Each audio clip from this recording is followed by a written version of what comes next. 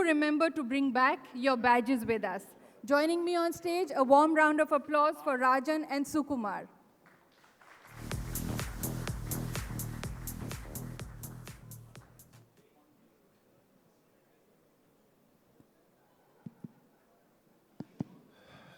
Good afternoon, everyone, and hello, Rajan. Hello. It's interesting that this conference is happening today because it reminds me of the time in 2008, and it was the middle of September. I used to work in a newsroom called Mint then, and we had the Mint annual banking conclave in Mumbai. And you had every single CEO of an Indian bank and every foreign bank operating in India on stage. There were 8 of them there, all the big guys. And the world was going down, right? I'm not saying it is now, but there is this sense of palpable fear. One, because of what's happening in the technology space. 2, because of what's happening in banking. The 2 are linked, right? I mean, it all goes back to economics, but it has resulted in fear that there will be a funding squeeze. You could see more job losses, that startups are going to find it difficult to raise money, to scale. So I know that's a lot of questions wrapped into one, but I think before we start, we should get the nasty business out of the way. So can you set the context? Yeah, I think thanks Kumar for joining us, and hi everyone. I hope that you all have an incredible TiECon over the next 2 days. Look, you're absolutely right. Look, we're in a very turbulent period globally, by the way, right? And tech, by the way, is a small part of this, right? So if you look at it, what happened? COVID happened. $7 trillion went into the US economy, and that flowed into every asset class, right? Private investments, public equities, real estate, cryptocurrency hit $3 trillion, right? And we kind of know what happened. Now, fortunately, in India, we couldn't afford $1 trillion to put into the Indian economy, which I think is, in many ways, now looking back, quite fortunate, right? So I think what has happened is really 3 or 4 things, and then I'll get to what this means, right? So the first thing is, obviously, as we know, inflation started rising to an all-time high, and what we've seen is interest rates go from 0 to now 5%, and we'll have to see what happens today, but it'll probably trend towards 6%. And global GDP today is $80 trillion. Global debt is over $350 trillion, right? So anytime you have $350 trillion of debt, and you take interest rates from 0 to 5%, things start happening, right? And we are surprised as to what I think, and more will happen, right? As that happens. So I think, and not only so, we are seeing implications on the banking system. We've seen significant adjustments in valuations in public markets, and that has now flown into private markets. But that's really only part of the story, right? The other part of the story is Ukraine, Russia, which we don't seem to have there doesn't seem to be a line of sight to when this is going to end. And then you have arguably the most important thing that's going to happen in the next 10, 20, 30 years, which is the geopolitics between US and China, right? So you put all of this together, and you're absolutely right. We're in a very volatile, turbulent, sort of a VUCA environment, right? That is a term that was invented some time ago. But despite of all of this, the reality is, Sukumar, there's really never been a better time to build, to start up, to build companies, or a better time to invest in startups, right? And startups, both tech startups as well as non-tech startups, and we can talk more about that. So clearly, you're absolutely right. We are in a very, very uncertain, volatile, turbulent environment. But as we'll talk about, hopefully, in the next 20 minutes, that's actually quite good in many respects. Let's start at one end of it, which is really the venture capital funds, because they have to raise money. And one gets the sense that they're going to get a lot more discerning about where they put their money in. Because, I'll be very honest, right? I mean, you build things, I break them down. Those are our respective jobs. I'm glad you've clarified that for everybody. Right?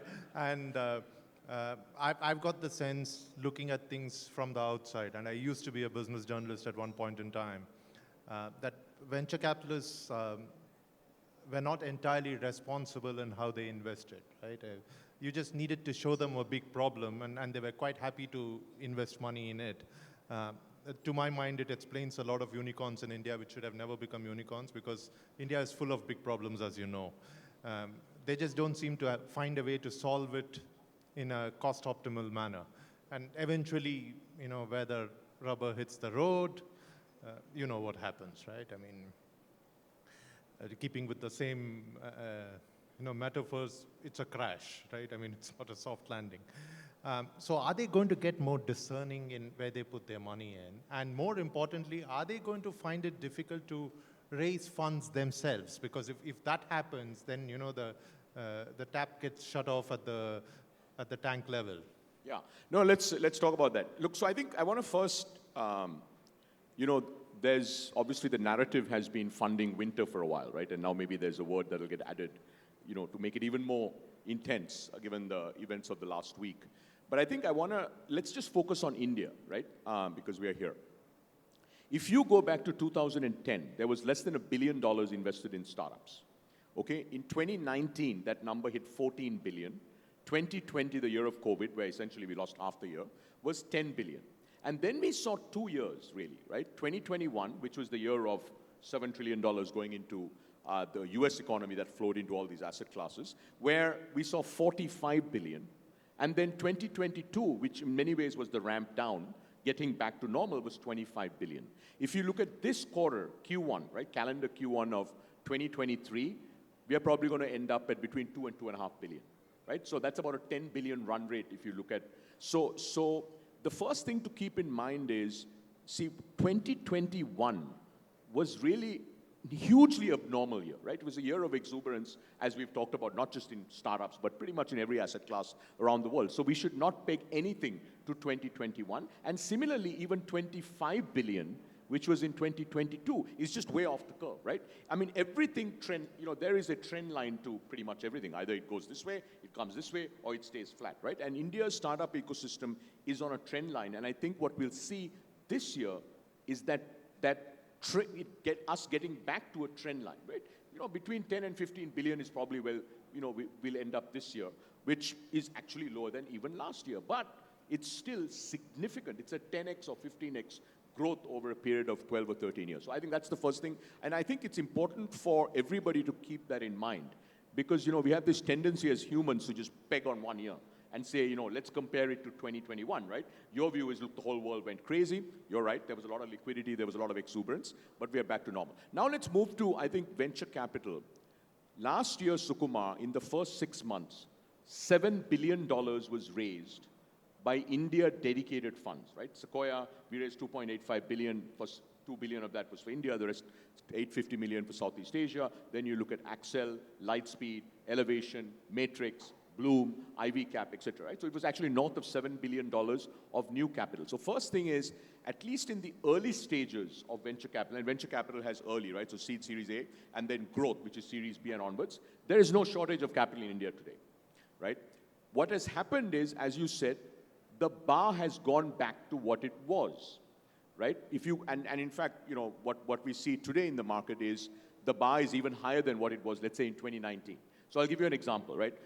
If you're a SaaS company, software as a services company, you wanted to raise a Series A. In 2019, if you could get to, let's say, $1 million revenue ARR, annual revenue run rate, you are growing 3 times year on year, you have pretty decent SaaS metrics, you would raise a 5 to 7 million Series A, right? Then we went into the period of 2021, where, with $200, $300, $400,000 of ARR, you could have raised a $10 or $15 million Series A at north of 50 million pre-money, right? So that's, whoa, that's unusual, right? Now where we are today is we are back to, actually today, even with $1 million, today you probably need to get to $2 million of ARR, and you're going to raise a $5 to $8 million Series A at what used to be valuations that we saw in 2019. So we're kind of back to, again, the trend line. So the bar is certainly much, much higher than it was in 2021, but quite frankly, it's sort of what it used to be before we went through this period of exuberance. So yes, you will see fewer investments happen, but the quality of those companies that do raise will be materially higher than what we saw over the last, I'd say, 18 to 24 months. Okay, I want to sort of break that down a bit more. Within the investments that are going to get made, who do you think is going to find it the most challenging? Because there are going to be a bunch of entrepreneurs who are starting up, right? And some of them are probably in this room. And will they find it difficult to start up? Or there are obviously these late-stage companies, many of which desperately need to raise money, a significant amount of money. Will they find it more difficult? Just take us along that grade of difficulty. Let's talk about that. I think the first thing to keep in mind is, today, sort of the narrative, and in many ways the reality is that a large number of Indian unicorns are not profitable, right? In fact, you would say they're deeply unprofitable. So the first thing, Sukumar, I would say is 24 months from now, we're all going to be shocked at how profitable Indian startups are going to get. Because the late-stage companies are not going to be able to raise. So in this quarter is this first quarter where there are no IPOs. No IPOs in India, right? Today, if you want to take a tech company or a startup public in India, not only do you have to be break-even EBITDA, you have to probably be at high single-digit EBITDA at a minimum. And then if your stock-based compensation is out of whack, then forget it, right? I mean, the street's just not interested. So I think the first thing we're going to see is late stage, and the reality is today, if you're a late stage company, the best late stage companies, by the way, Sukumar, don't need to raise. They raised so much capital over the last 18 months. They can easily go for the next 4 or 5 years, right?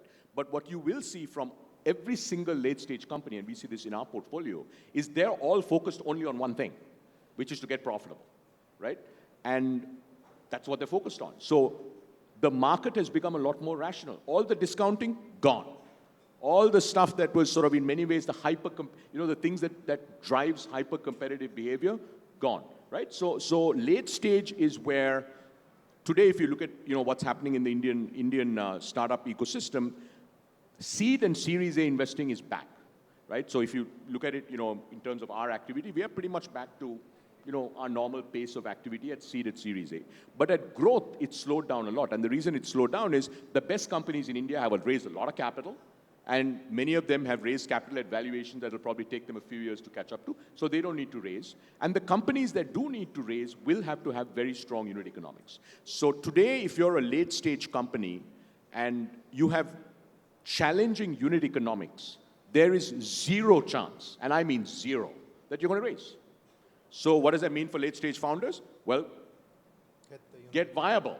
Get unit economics. And I think what we'll see, Sukumar, over the next 24 months is actually what we saw when COVID lockdowns happened.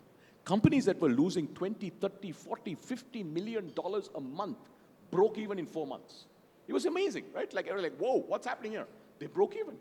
And I think that is a testament to Indian entrepreneurs because, you at the end of the day will execute to the mandate, right? Today's mandate is if you're a growth stage company, you better get profitable because, and especially if you get profitable just to survive, but if you want to go public, and most Indian entrepreneurs do want to build very large, enduring companies, they do want to list. And if you want to list in India today, well, first, if you want to list on NASDAQ, unless you've got several $100 million of revenue, and you're on a way to $1 billion of revenue, no chance. It's just not going to happen, right? So basically, your option is you're list in India, and to list in India, you have to be profitable. So I would say that's the late-stage story. But on the early stages, Sukumar, activity is back. But I would say the focus now is, again, at seed, 50% of the companies that we invest in, I focus at Sequoia on seed, Surge is our sort of seed platform, are pre-launch companies. There is no product, not a single line of code is written. What are we betting on? We're betting on talent, the founding team, and we're betting on a space, right? So at seed, activity is back. At Series A, I would say, over the last, especially in 2021 and maybe first half of 2022, you could raise a Series A with not much traction. That has ended. So today, Series A market is back. It's active, but the companies that are raising are, have very strong metrics, have strong product market fit, and have, strong metrics. They're not profitable, for sure, at Series A, but they have pretty strong metrics. So that's, in a way, sort of growth is going to be tough unless you've got very strong, yesterday, right? A Lenskart announced that they raised $500 million. Lenskart runs now high single-digit EBITDA. Okay, so high single-digit positive EBITDA. I should clarify that because sometimes, when I say EBITDA, it's like, oh, what's that, like negative EBITDA? No, positive EBITDA. So, companies that are actually profitable, and we'll see this, Sukumar, I am so convinced that over the next 18, 24 months, a large part of our late-stage companies will get profitable, and you're right, there'll be some that won't make it. If you can't get to a business model, then, you probably won't make it. Okay, I was going to also drill down on what VCs will probably look at now, but you've answered part of that. You mentioned NASDAQ, and I think this is a good forum to mention that today or tomorrow will mark 20 years since Infosys listed on NASDAQ, right? And I think that in many ways, I think you also spoke about IPOs. The fact that Infi was among the earliest tech IPOs sort of set the trend for other IPOs to come. And I think in the startup space, the fact that the early IPOs have been of companies which have since not done so well has really set everyone back. I want to move on to sectors now. So when you look at India now, what sectors are you interested in? So if you actually look at, let's look at data, because I think it's helpful. If you look at last year, 2022, and you look at seed stage, because seed stage is a pretty good indicator of the new companies that are being created, right? 40% of seed investments in India were companies from India that are building for the world from day zero. So slightly less than half of new Indian startups, when they start, are targeting the world, right? And now that's interesting because India's GDP is 3.5 trillion, global GDP is 80 trillion. So all of a sudden, you're targeting a market that's 25 times bigger than the India's, than the domestic market. So building software from India for the world, I'd say continues to be the most prominent theme, right? But today it's many, many different subsegments, right? It used to be sort of application SaaS, which is Freshworks, right? Which obviously is a very scaled up company now, or Zoho for that matter. Then, we started seeing a lot of dev tools companies like Postman and so on and so forth. But now what we've seen is really a broad range of companies, right? Modern data stack, infra companies, cybersecurity companies, sort of vertical SaaS companies, right? So that's sort of the building software from India to the world is theme number one. The second big theme that we're seeing, which I think is massively interesting, is capitalizing on the Indian consumption story, right? Within our search portfolio, Sukumar, we had a company, our fastest 0 to 100 crore company is a new consumer brand. 9 months, 20% PAT. Okay? Now that, so there's this whole question about where are the viable business models? Well, hell, and by the way, they're not even in a tier 1 city.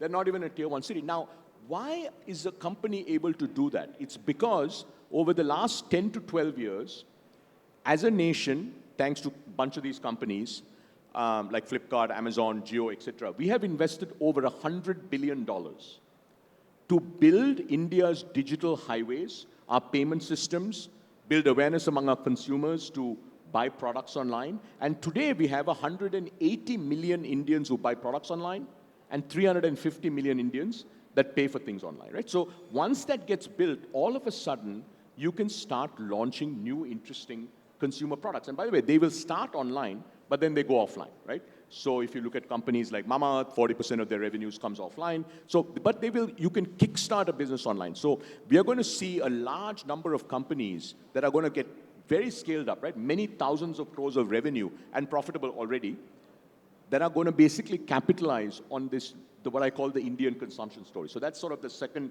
mega theme, and that's got many parts to it, right?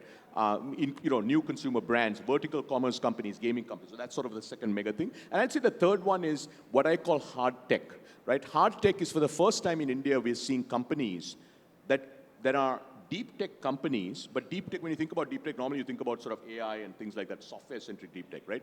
These are basically hard tech is deep tech companies, but that combine software with hardware, right? And so I'll give you some examples, right? So about a month ago, we announced Sequoia's first investment in a semiconductor startup in India, right? I don't know whether you know this, but 20% of the global designers for semis are in India, but they just work for large companies, right? And thanks to RISC-V and a lot of the work that's happening now, actually in IIT Madras, we're seeing very, very interesting semiconductor design. Now, these are not fabs, right? The fabs will require billions of dollars, and that requires large companies. But, what we saw, the renaissance that we saw in Silicon Valley in the 70s, the renaissance we are seeing in China, I'd say for the last decade or so, we're going to see that here, right? So that's one example. Another example, in our current cohort of Surge, we have a company called Metastable. What Metastable does is they've invented a whole new way in which you can recycle lithium-ion batteries, right? So these are plants. I mean, if you, in the next 60 days, there will be a plant that's 3 times this room, built by basically 24-year-olds to recycle lithium-ion batteries at half the cost, at half the capex and half the opex of what it costs any other company in the world, right? So that's another example. A third example would be space tech.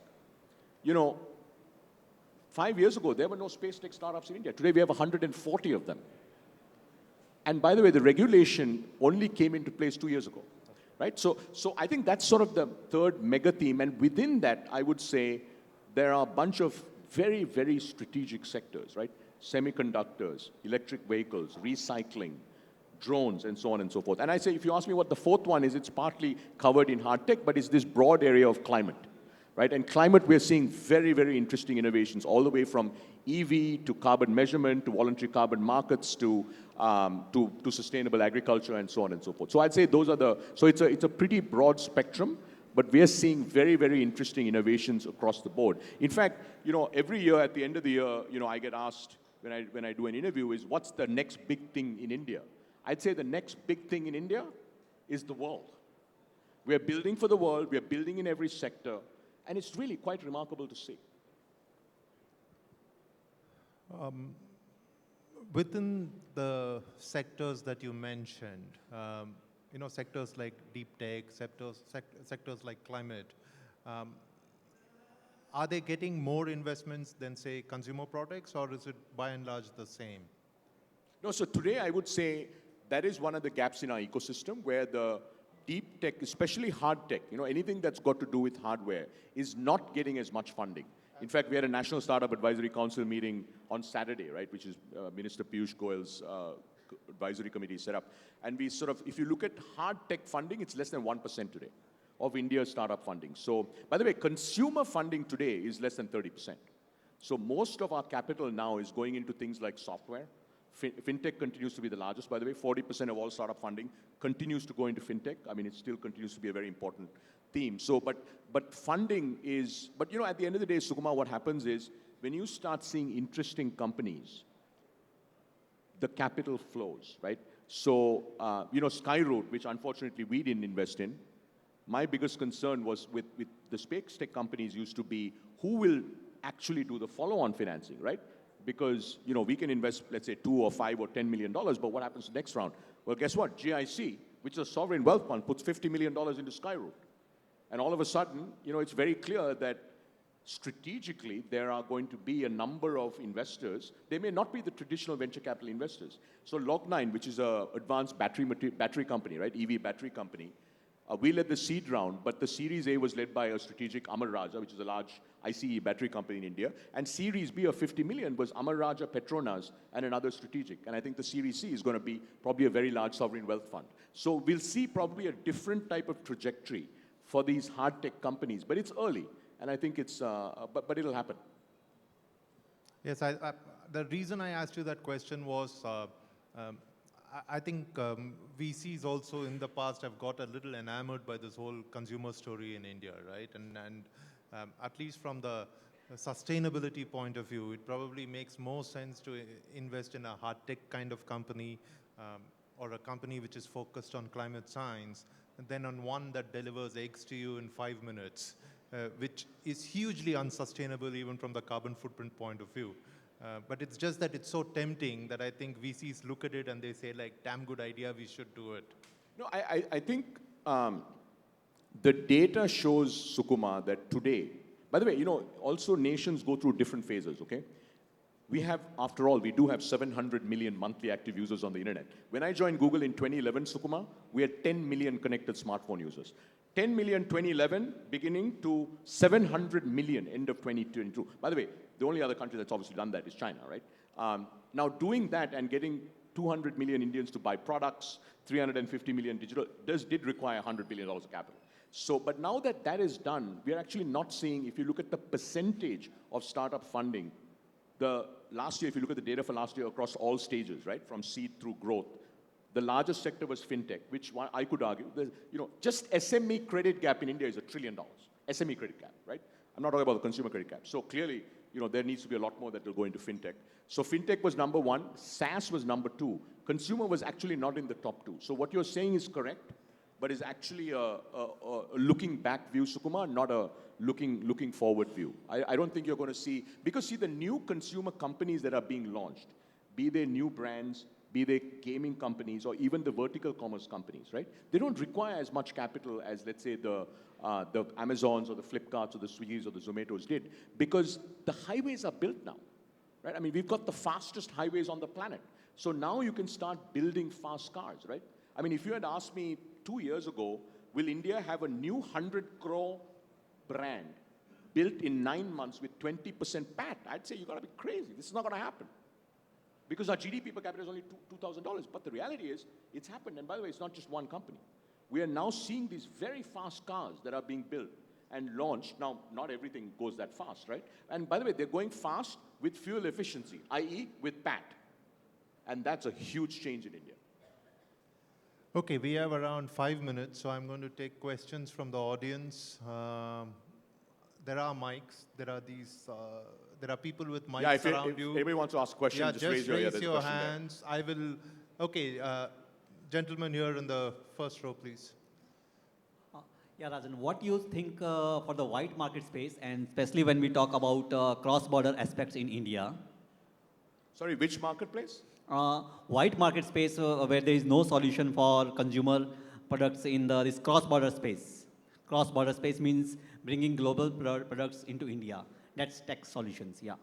Okay, so I think you're saying what are the white spaces? Yeah.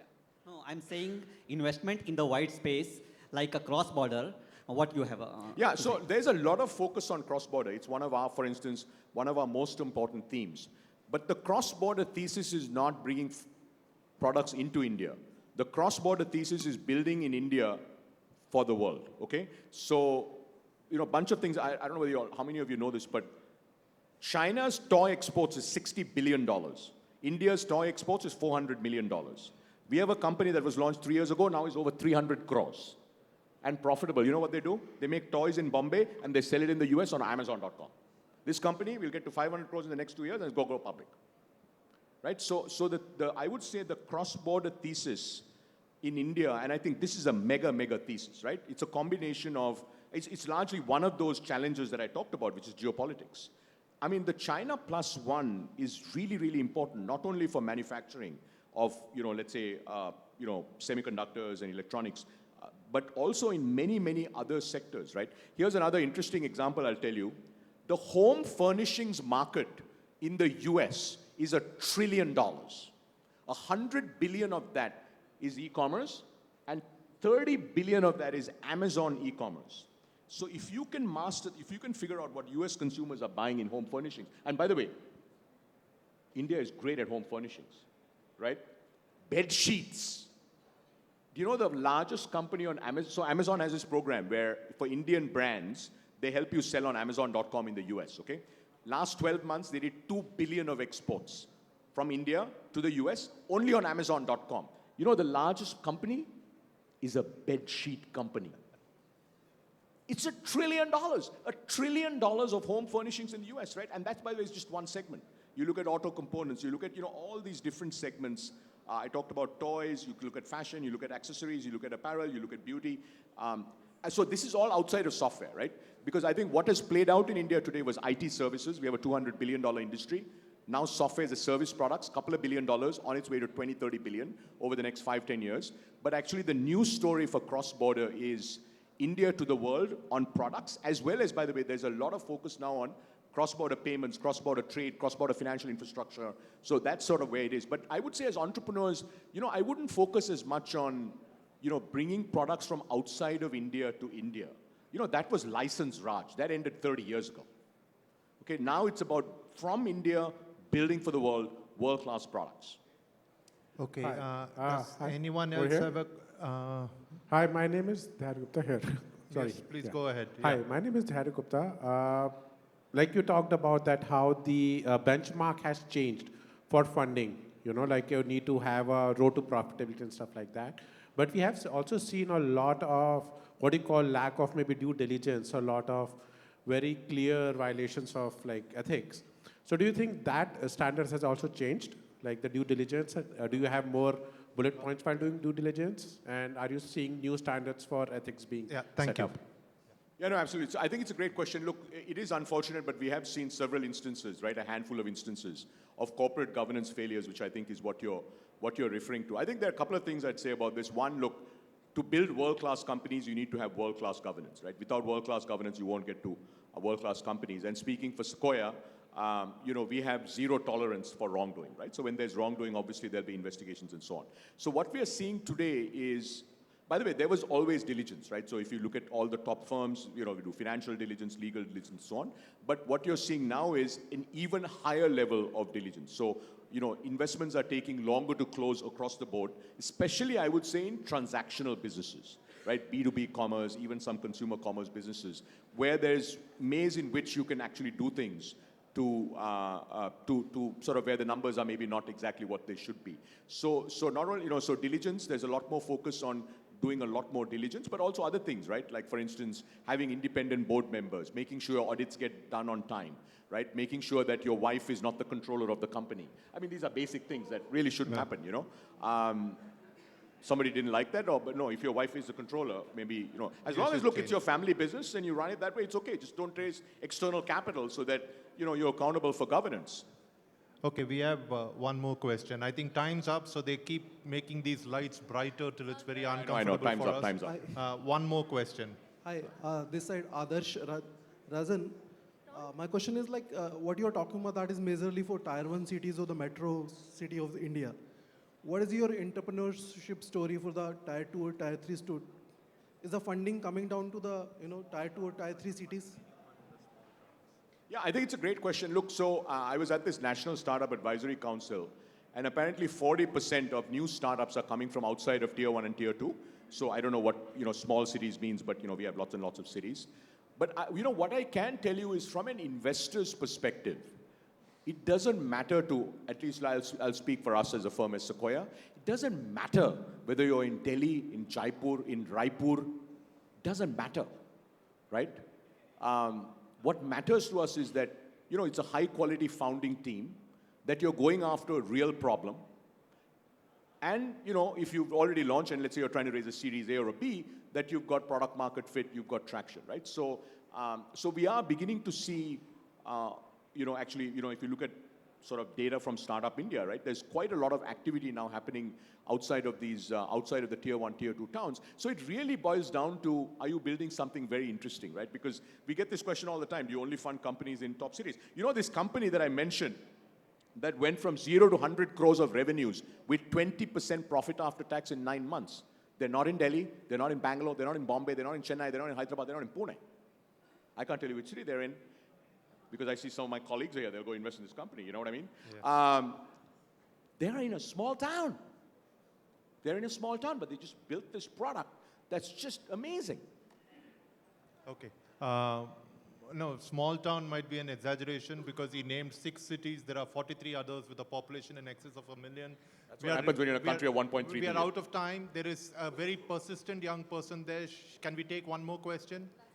Last one. You're holding all of them from tie the knot, which is why they're all here, by the way, not Good to listen to afternoon. us. My name is Akriti Chaudhary. I am the co-founder of Just Learn, which is into skilling. So I wanted to ask you, you just mentioned a few sectors, but apart from that, if there are companies that have been servicing persistent demand both in India and outside, there is a huge demand, and servicing that, and with the economics that you're talking, companies that would be a bit positive, in fact profitable from the first year itself. Such companies, do you think are some things that would get invested in? What's the question?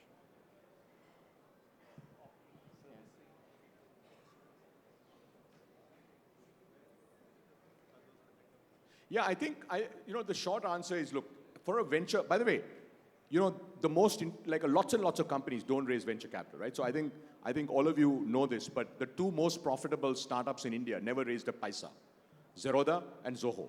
So I think there's like, entrepreneurs think like, oh, I gotta raise capital. You don't have to raise capital.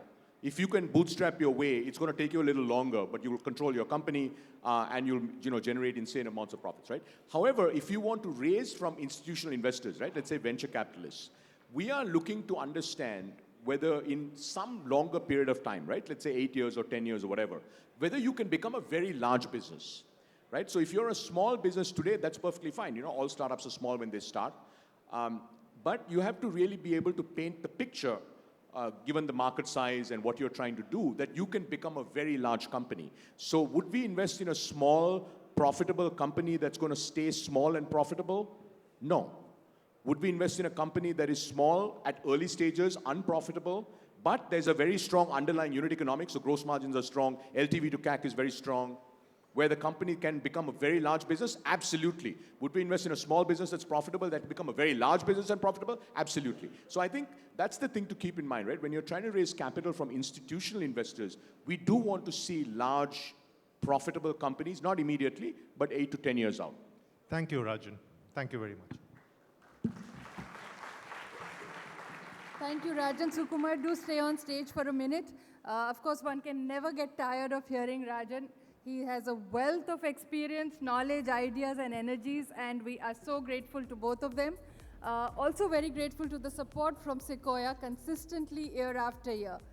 We have a token of appreciation on behalf of TIE for our speakers. May I request our volunteers to help bring them on stage? It's a bit of a large package.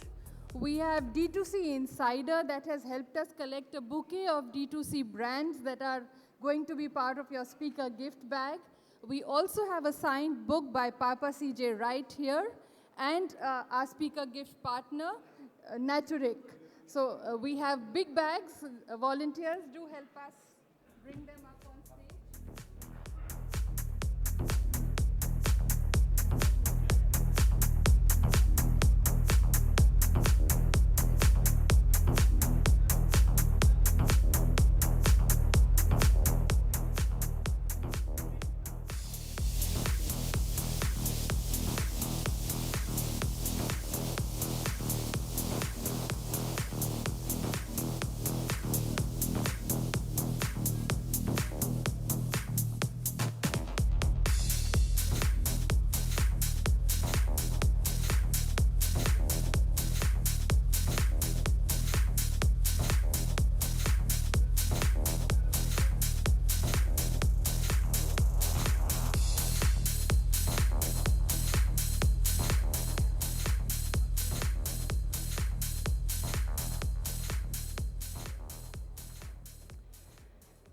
Okay, we're also very proud to be able to put together a fully accessible conference for you all.